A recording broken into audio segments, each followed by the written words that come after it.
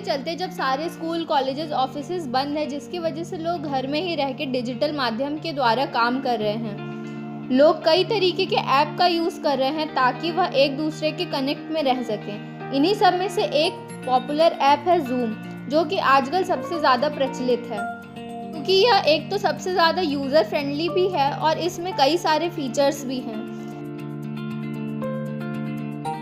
आइए जानते हैं क्या है जूम ऐप। जूम एक प्रकार का वीडियो कॉन्फ्रेंसिंग ऐप है जिसके ज़रिए यूज़र एक बार में अधिकतम 100 लोगों के साथ बात कर सकता है। ऐप का यूज़र इंटरफेस आसान है, जिसकी वजह से हर आदमी इसको आसानी से यूज़ कर लेता है। ऐप में 1-to-1 मीटिंग फीचर और 40 मिनट की ग्रुप कॉलिंग की सुविधा भी दी गई है। यह iOS और गूगल प्ले दोनों प्लेटफॉर्म पर उपलब्ध है। एक रिपोर्ट के मुताबिक जूम ऐप को भारत में सबसे ज़्यादा बार डाउनलोड किया गया और गूगल प्ले स्टोर पर इस ऐप को वर्ल्ड वाइड 100 मिलियन बार डाउनलोड किया गया। गूगल समेत कई दिग्गज कंपनियों ने लगाया जूम पर बैन। हाल ही में गूगल, नासा, स्पेस, एप्पल समेत कई बड़ी कंपनियों ने जूम को बैन किया है। कंपनी ने अपने कर्मचारियों को भी जूम ऐप का इस्तेमाल ना करने का आदेश दिया है। तो अब सवाल उठता है कि इतने features, user friendly, 100 million downloads के होने के बावजूद भी अब इसको यूज़ ना करने की सलाह क्यों दी जा रही है?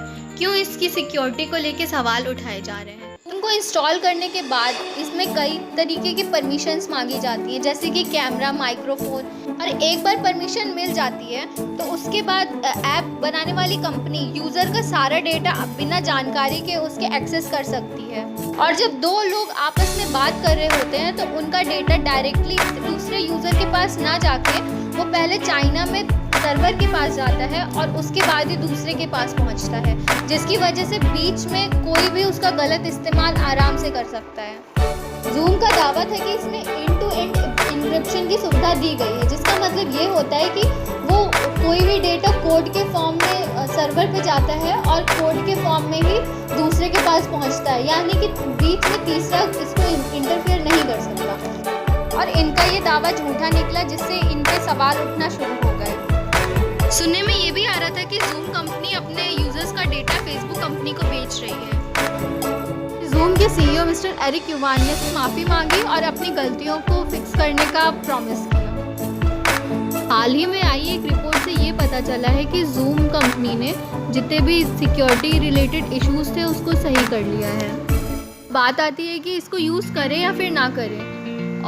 करना हो तो कर भी सकते हैं, लेकिन हमें कुछ उसके लिए ध्यान देना पड़ेगा, और अगर ना करें तो उसके लिए काफ़ी अल्टरनेटिव्स भी अवेलेबल हैं, जैसे कि स्काइप मीट, गूगल मीट और भी कई सारे हैं। यूज़र्स के लिए सलाह। पहली, इतनी बड़ी संख्या में लूप होल सामने आने के बाद सबसे पहली सलाह यही है कि जूम ऐप को यूज़ करने से बचें। दूसरा, अगर इंस्टॉल कर भी रहे हैं तो नोटिफिकेशन और आउट डिटेल्स पर पूरी नज़र रखें। तीसरा, अगर इस ऐप को यूज़ कर रहे हैं तो अपना अकाउंट पासवर्ड बदल के बेहद जटिल बनाएं। चौथा, किसी भी अननोन लिंक को क्लिक ना करें और इस तरह की गतिविधि से सावधान रहें।